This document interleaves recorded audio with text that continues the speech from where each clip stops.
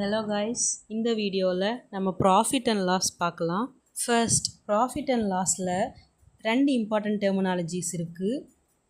First one cost price, second one selling price. Cost ப்ரைஸ்ன்றது வேறு ஒன்றும் இல்லை, ஜஸ்ட் நம்ம ஒரு திங்கை பர்ச்சேஸ் பண்ணுறது தான் காஸ்ட் ப்ரைஸ்ன்னு சொல்லுவோம். செல்லிங் ப்ரைஸ் அப்படின்றது என்னென்னா ஒரு ஐட்டமை சேல் பண்ணுறது, விற்கிறதுன்னு சொல்லுவாங்க. அண்ட் ஓவர் ஹெட் சார்ஜஸ் அப்படின்னா சம் எக்ஸ்ட்ராவாக என்னென்ன சொல்லலாம், ரெண்ட்டுக்கு பே பண்ணுறது, அப்புறம் சேலரிஸ், அதுக்கப்புறம் ரிப்பேரிங் காஸ்ட், இந்த மாதிரியெல்லாம் இருக்குல்ல, இதெல்லாம் ஓவர் ஹெட் சார்ஜஸில் வரும். இப்போ ப்ராஃபிட் அப்படின்னா என்னென்னா செல்லிங் ப்ரைஸ், அதாவது விற்கிற ப்ரைஸ் நம்ம வாங்குகிற ப்ரைஸை விட அதிகமாக இருந்தால் அது பேர் லாபம், அதாவது ப்ராஃபிட்டுன்னு சொல்லுவோம். அதுக்கு ஆப்போசிட்டாக காஸ்ட் ப்ரைஸ் அதிகமாக இருந்து செல்லிங் ப்ரைஸ் கம்மியாக இருந்தால் லாஸ் அப்படின்னு சொல்லுவோம், இல்லை நஷ்டம் அப்படின்னு சொல்லுவோம்.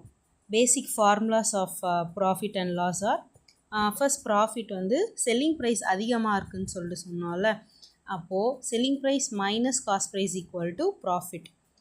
லாஸ்க்கு செல்லிங் ப்ரைஸ் கம்மியாக இருக்கும், காஸ்ட் ப்ரைஸ் அதிகமாக இருக்கும். So cost price minus selling price.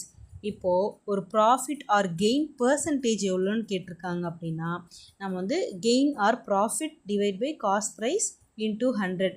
அதே லாஸ் பர்சன்டேஜ் கேட்டாங்கன்னா அந்த கெயினுக்கு பதிலாக loss divide by cost percentage into 100. Next profit percentage இல்லைனா லாஸ் பர்சன்டேஜ் கொடுத்துட்டு செல்லிங் ப்ரைஸ் கேட்டாங்க அப்படின்னா ஃபர்ஸ்ட் ப்ராஃபிட் பர்சன்டேஜ் கொடுத்துருக்காங்க அப்படின்னா 100 plus gain percentage or profit percentage divide by 100 into cost ப்ரைஸ்.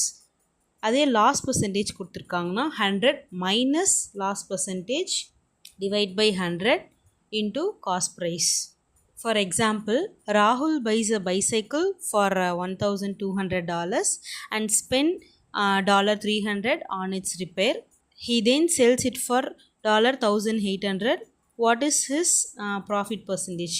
இப்போது டோட்டல் காஸ்ட் ப்ரைஸ் என்னென்னா 1,200 ப்ளஸ் 300 ஈக்குவல் டு 1,500.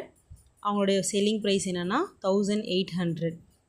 இப்போது இவங்களுடைய ப்ராஃபிட் பர்சன்டேஜ் என்னன்னு கேட்குறாங்க. ஃபர்ஸ்ட் நம்ம அதுக்கு ப்ராஃபிட் கண்டுபிடிக்கணும்.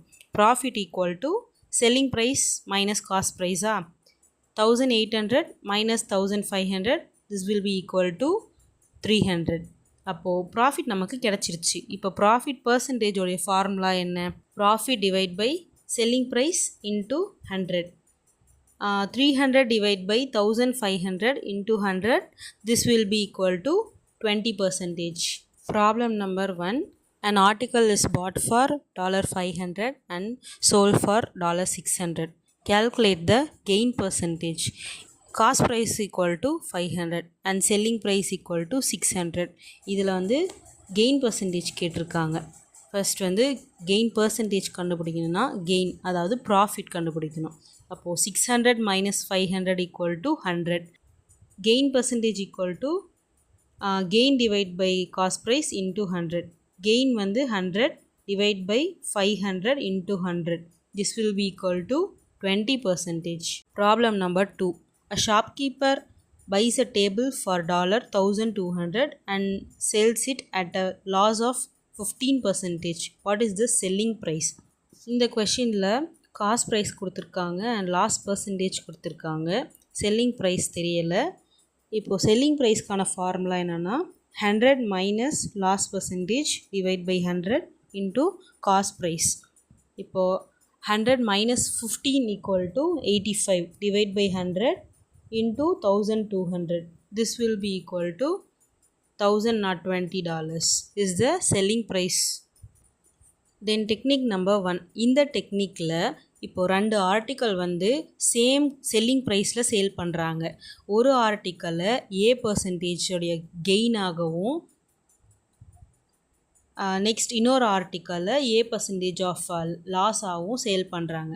அப்போ அதோடைய நெட் லாஸ் எவ்வளோன்னு கேட்டாங்க அப்படின்னா then net loss percentage equal to A by 10 whole square percentage.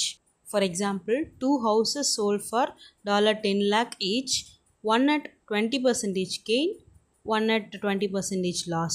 இப்போது நெட் லாஸ் எவ்வளோன்னு கேட்டாங்கன்னா 20 divide by 10 whole square equal to 400 divide by 100 will be equal to 4% loss. Problem 1. A man sold 2 computers for the same price. He made 30% profit, 30% loss. இப்போ net result என்னன்னு கேட்குறாங்க, அதாவது loss என்னன்னு கேட்குறாங்க. இப்போ ரெண்டுமே 30%, அதாவது 900 divide by 100 will be equal to 9% loss. இந்த டெக்னிக்கில் for example 1/3 of medicines sold at 30% loss.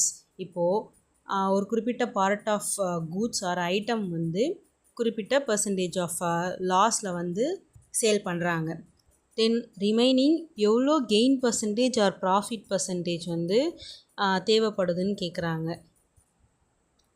அப்போது அதோட ரிசல்ட் வந்து கெயினும் ஆகாமல் லாஸும் ஆகாமல் இருக்கும். Then gain percentage will be equal to A X divide by 1 minus a. A equal to 1/3, x equal to 30.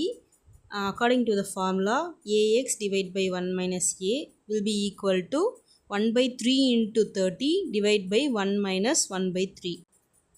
1 minus 1/3 equal to 2/3. Then 10 into 3/2 will be equal to 15% gain. Problem number 1. 1/4 of the items are sold at 10% loss. இதில் வந்து a equal to 1/4, x equal to 10. According to the formula, ax divided by 1 minus a will be equal to 1/4 into 10 divided by 1 minus 1/4. Then 1 minus 1/4 will be equal to 3/4. Then 10/3 equal to 3.33% will be the gain percentage.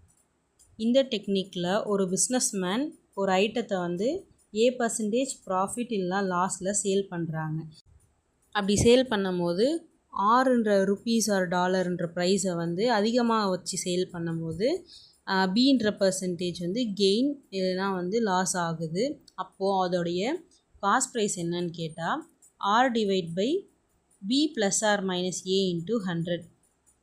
Minus அப்படின்றது என்னென்னா A% and B% ரெண்டுமே வந்து either ப்ராஃபிட்டாக இருக்கணும் இல்லைனா லாஸாக இருக்கணும். அதே plus வந்தால் ஒன்று ப்ராஃபிட் ஒன்று லாஸாக இருந்தால் plus. A table sold at 5% profit. If it had been sold for $80 more, the profit would be 15%. What is the cost price? இதில் R equal to 80, A equal to 5% profit, B equal to 15% profit.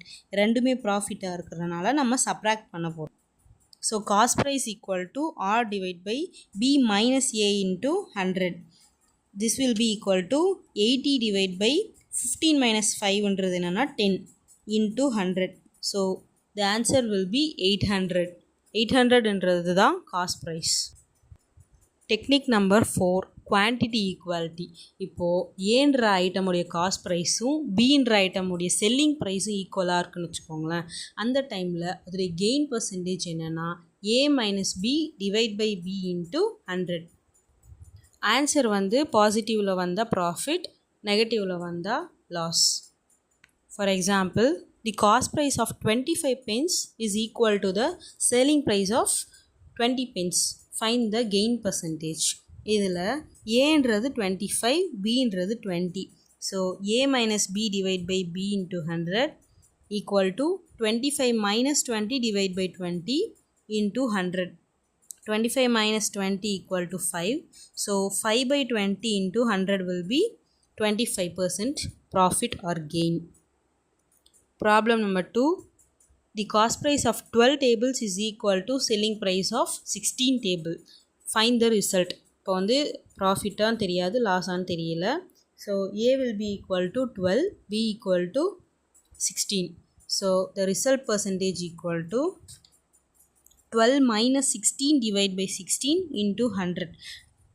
16 is the greatest number, அதனால் 12 minus 16 will be minus 4 divided by 16 into 100. Then the answer will be minus 25, அதாவது 25% loss ஆயிருக்கு. தென் technique number 5.